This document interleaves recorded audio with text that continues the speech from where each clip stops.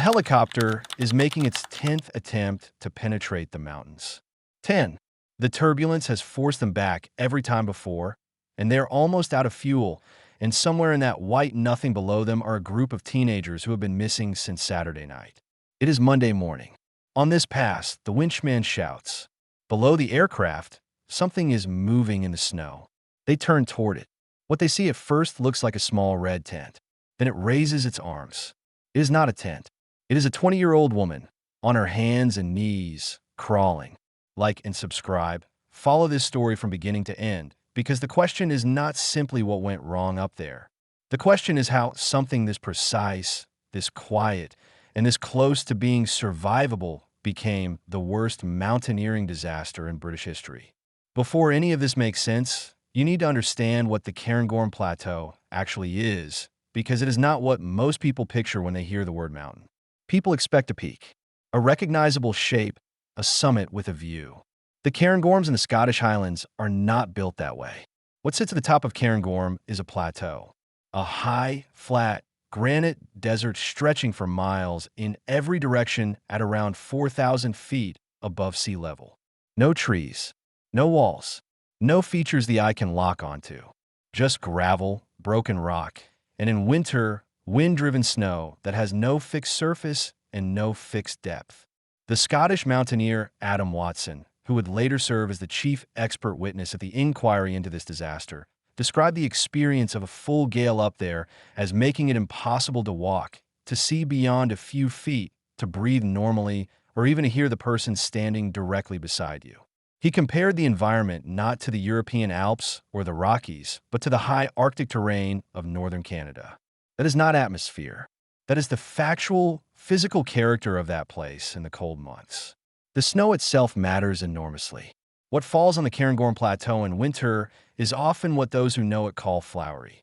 A fine, powder-dry snow that cannot be compacted and is useless for building any kind of shelter.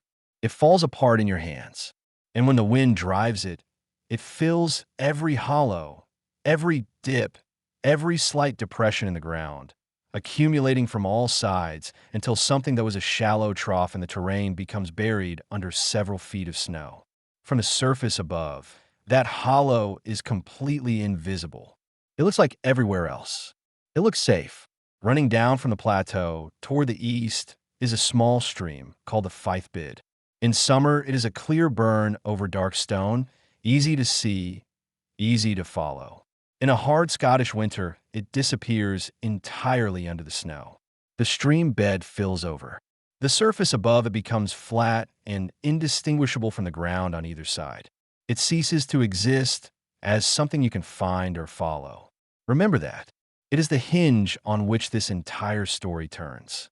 Between the plateau and the valleys below, connected by long glacial passes that in winter become wilderness corridors of drifted snow, there stood a small number of mountain shelters called bothies. These were rough stone refuges used for decades by climbers and walkers as emergency stopping points. In the 1960s, a military group erected 3 additional shelters directly on the high plateau itself without formal permission from the local authorities. One of them, the current shelter, sat beside a small mountain loch called Loch Buidhe, the highest standing water in Britain. It was a metal structure covered in boulders, barely large enough to hold a group of people out of the wind.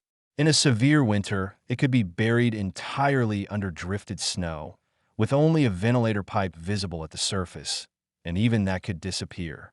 Before anyone died on that plateau, Adam Watson had written letters of concern to the relevant authorities warning that placing a shelter on the high plateau would attract inexperienced groups who would treat it as a fixed destination to navigate toward, without truly understanding what the terrain between them and that shelter could become in a Scottish winter storm. In good conditions, the distance was manageable. In bad conditions, it was a different kind of distance. His warnings were received. Nothing was done.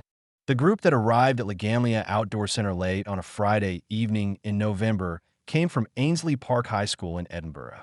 14 students, all members of the school mountaineering club, had been planning this weekend for months. They were 15 and 16 years old. They were excited. They had packed their equipment, handed in their permission forms, and made the drive north to the Highlands believing they were going on an adventure they were prepared for.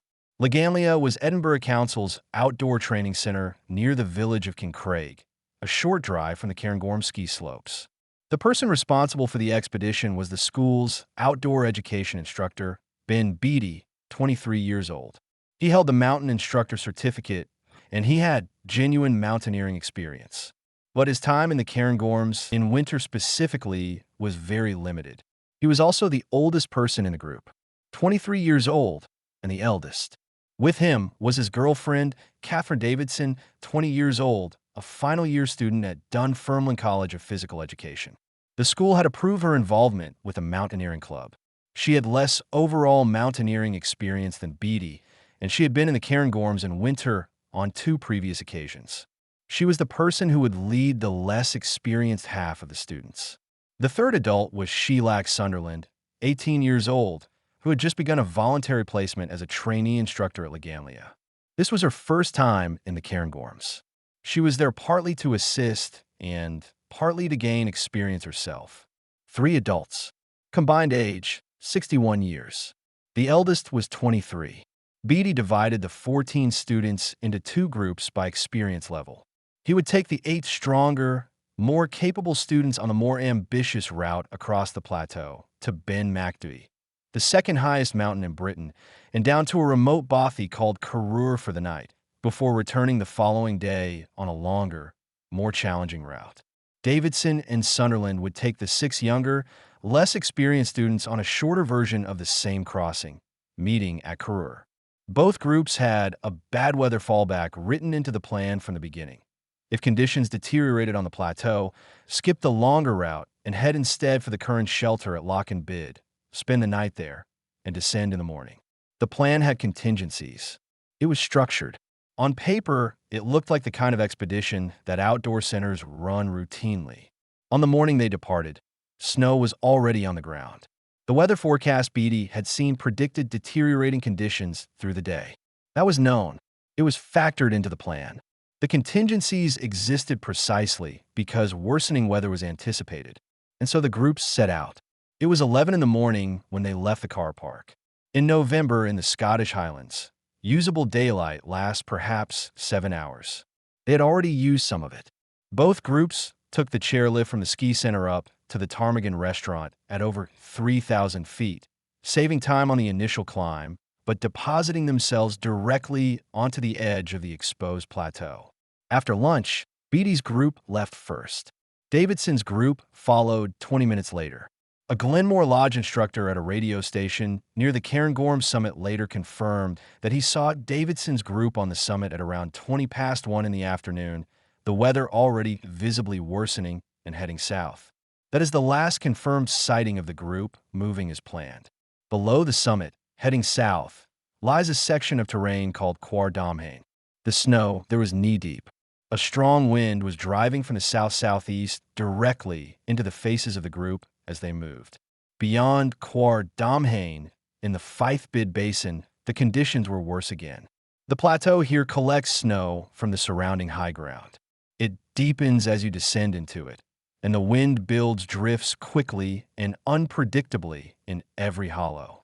Davidson made a decision. Rather than navigating directly toward the current shelter by compass bearing, she adjusted her course slightly downhill and aimed for the Feith Buidhe stream. The logic was sound. Find a stream, follow it uphill to Loch-in-Bid, and from there locate the current shelter beside the loch.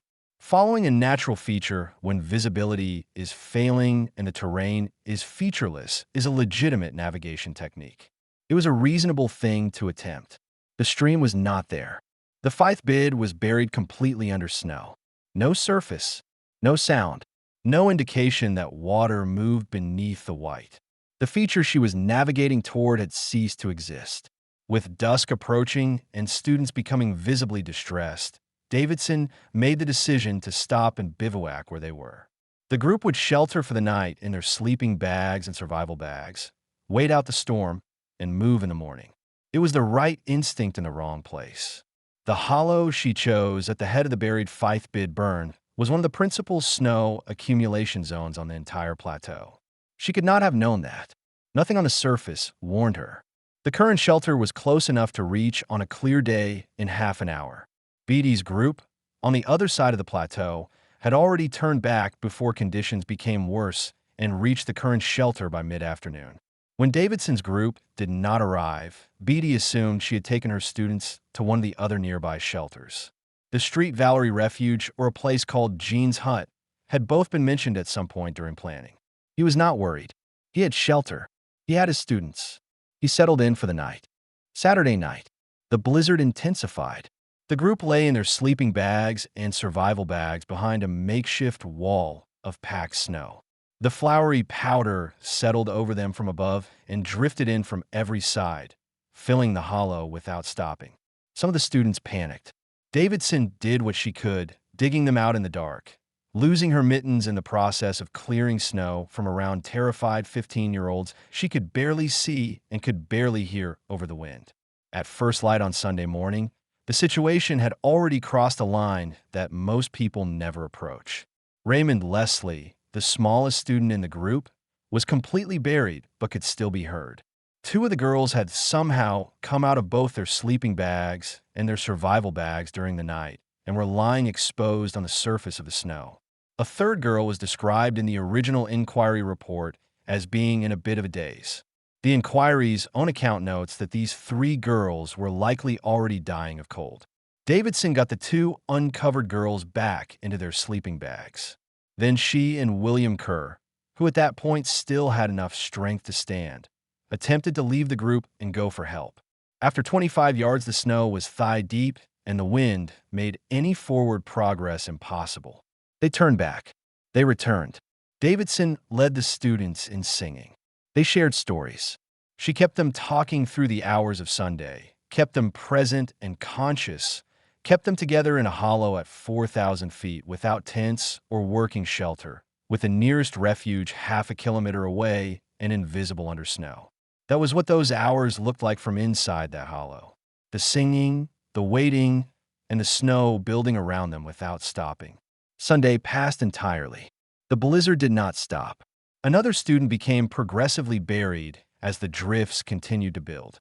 By Sunday evening, it is almost certain, based on the physical evidence later recovered, that some of the group were already dead. What happened Sunday night is one of the most quietly devastating details in this entire story. After dark, Davidson and those still conscious saw a light in the distance. The reflected glow of flares. What she did not know, and could not know, was that search parties from Glenmore Lodge had gone out into the blizzard that same night, 3 two-man teams probing different routes across the plateau, looking for any sign of the group. The conditions were so extreme that those teams could not even locate the Street Valerie shelter in the dark. They were searching blind in a landscape that had swallowed its own landmarks. Davidson's own emergency flares had been lost in the snow the previous night when she had been digging students out in the dark. She shouted into the storm. The wind destroyed the sound before it reached 10 meters. The search parties moved through the darkness on one side of the plateau, and the group lay buried in the snow on the other. And the distance between them and those distant lights was the difference between living and not. Now, go back to Sunday morning on the other side of the mountain. Buidhe's group woke to a blizzard worse than the day before. The door of the current shelter was jammed shut by snow and had to be dug open from inside before they could leave. The descent became dangerous almost immediately. On a section requiring a commando-style abseil, one boy slipped and nearly fell. Another boy was crying from fear on the open mountainside. Buidhe fitted crampons to the students' feet to give them grip on the ice. By the time the group finally reached the valley floor, he was carrying one student's pack because that boy was too exhausted to continue under his own load. It was not until late Sunday afternoon that Buidhe and the Leganlia principal, John Paisley, reached Glenmore Lodge and reported Davidson's group missing. Within hours, 4 mountain rescue teams had been mobilized. The Cairngorm team, the Braemar team, the Aberdeen team, and the RAF team from Kinloss. A search and rescue helicopter crew at RAF Lutchers in Feith was told to prepare for a first light departure if the overnight search produced nothing. It produced nothing. At first light on Monday morning, Davidson and William Kerr made one final attempt to go for help. Whatever reserves Kerr had carried through the 2 nights were gone. He collapsed before they had moved any meaningful distance. Davidson continued alone, moving through snow that was sometimes waist-deep in whatever direction she could make progress, searching for any sound that was not wind. She was on her hands and knees when the helicopter found her. To understand how the helicopter found her, you have to go back to the beginning of that same Monday morning, hours before the moment when Davidson was spotted crawling in the snow. Squadron leader Bill Campbell, the navigator on the RAF Lutcher's Whirlwind flown by Flight Lieutenant John Kennedy, with winchman Sergeant Norman Pringle, wrote a first-hand account of everything that happened before that moment. What follows comes directly from that account. The crew had been trying to reach the mountains since before daybreak. They had fought through the Glen Shee Valley at speeds reduced to barely walking pace by turbulence and been forced to take a 30-mile detour just to approach the plateau from a different direction. Bothy after bothy had been checked and found empty. By the time they reached the plateau, the outside air temperature was reading -10 degrees Celsius, and the snow surface was being driven horizontally at 40 to 50 knots. The current shelter was lost in cloud. They were turning away from the plateau, nearly out of fuel and out of places to look, when Norman Pringle shouted. At 10 o'clock to the aircraft, something appeared in the snow. It looked like a small red tent. The pilot turned hard toward it. On approach, the tent sprouted arms and began to wave. It was Catherine Davidson, kneeling with her head down and her hands on the snow, the back of her jacket the only color visible in all that white. She was in the advanced stages of hypothermia. Her hands were frozen solid with severe frostbite. She was barely conscious. 3 attempts to land failed in the same way each time. The moment the rotors came close to the snow, their downdraft stirred the powder into a complete whiteout, and the pilot lost all reference for height and distance. The cloud was rolling slowly downhill toward them. They were running out of both time and options. Campbell's solution came from something he had once read: a winchman leading a helicopter through a snowbound environment on foot. He climbed out of the aircraft, carrying the winch wire so the pilot could judge his distance. He walked through the snow toward Davidson, with the helicopter following his moving figure across the surface. At one point, Campbell broke through the snow crust and dropped suddenly into the buried Feith Buidhe running beneath it. He pulled himself out and kept walking. The helicopter held position with its front wheels just touching the snow while Davidson was loaded aboard. Campbell was the last man on the ground. He pressed himself against the fuselage, and as the aircraft lifted, he lay face down in the snow. The tail rotor passed directly over his body. He described hearing the buzzing and thrashing of it above him. Then the aircraft disappeared in a cloud. He thought for a moment he had been left on the mountain. The helicopter came back. Davidson was transferred to an ambulance at Aviemore. The village's residents came out into knee-deep snow and took turns manually pumping aviation fuel by hand from 45-gallon drums into the helicopter so they could return. Davidson was barely able to communicate that the rest of her group were buried near where she had been found, but she could not give their exact position. While the search for the group's location continued, Campbell and the crew were on the ground in Aviemore when a journalist told them all 7 of the buried party had been found. There was elation. Then within minutes, the journalist returned. All 7 were dead. That elation lasted the time it takes to walk across a room. Then confirmation arrived that one of the 7 was in fact still alive, and the operation shifted entirely to reaching that person before the light ran out. By late morning, ground teams had established the location of the buried bivouac and were moving in through waist-deep snow. John Cunningham from Glenmore Lodge, alongside Buidhe and Paisley, were among the first to reach the site. 7 people were buried. 6 were dead. The last person uncovered was Raymond Leslie, buried under 4 feet of compacted snow, unconscious, severely frostbitten, deeply hypothermic, but breathing. He was the smallest student in the group and the most deeply buried. The theory that has never been confirmed but has never been dismissed is that the others have been lying around him, over him, and that this, without any of them knowing it, may have kept him alive. A Royal Navy Sea King was guided to the site by the leader of the RAF Kinloss rescue team, who was dropped from the helicopter onto a high ledge and walked on foot up through the cloud. firing alternating red and green flares ahead of him so the pilot could follow. Leslie was airlifted to Regmore Hospital in Inverness, still in his sleeping bag, his frostbitten hands wrapped in heavy mitts. Some of the search teams had been on the mountain for over 20 hours. The 6 who had not survived were left on the mountain overnight, to be recovered the following day. Their names were Carol Bertram, 16, Diane Dudgeon, 15, Lorraine Dick, 15, Susan Byrne, 15, William Kerr, 15, and Sheila Sunderland, 18 years old, on her first visit to the Cairngorms, 3 weeks into the job she had just started. The families had not been told until the last possible moment. On Sunday night, a policeman had come to one door to say the children would be laid home.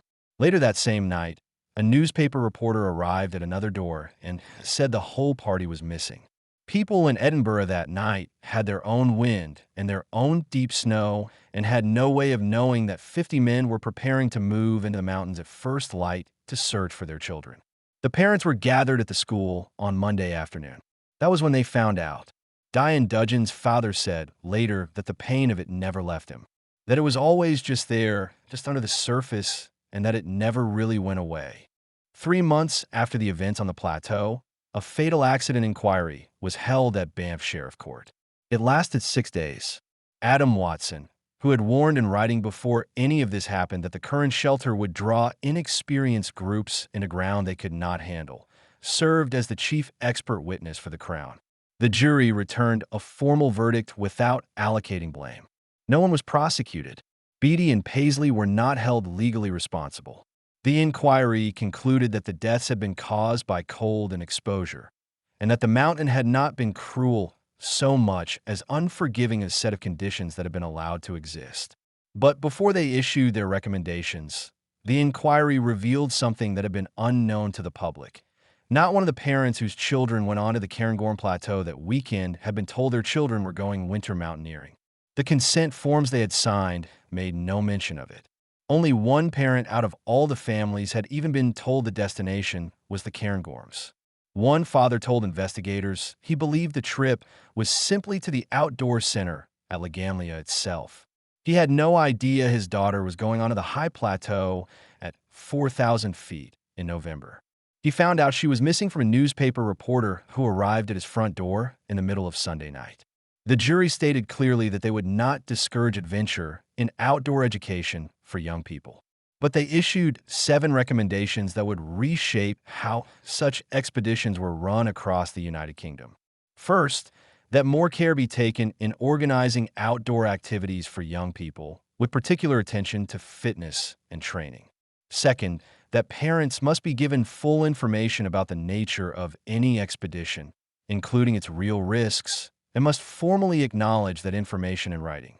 Third, that certified teachers must accompany students to outdoor centers, and that any expedition beyond those centers must be led by fully qualified instructors with specific experience of the terrain and the season involved. Fourth, that specific areas of countryside be formally designated as appropriate for children's expeditions in summer and in winter, with those designations set in consultation with mountaineering organizations and people with direct local knowledge. Fifth, that expert advice be sought on whether high-level shelters should be removed from the plateau entirely, given that their presence demonstrably drew inexperienced groups into dangerous situations. Sixth, that mountain rescue teams, whose work during this operation the court specifically praised, be given proper financial support and institutional recognition for what they do as unpaid volunteers. And seventh, that in any future disaster of this kind, authorities must maintain immediate and continuous communication with the families of those involved from the very first moment. On the question of the current shelter, the argument that followed was prolonged and at times bitter. Those who supported keeping shelters on the plateau argued that a refuge saves lives in genuine emergencies. Those who opposed it argued, as Watson had argued before anyone died, that a shelter placed at the heart of a dangerous plateau becomes a destination rather than a refuge, and that the journey toward it is precisely where people die. The inquiry left the decision to the experts.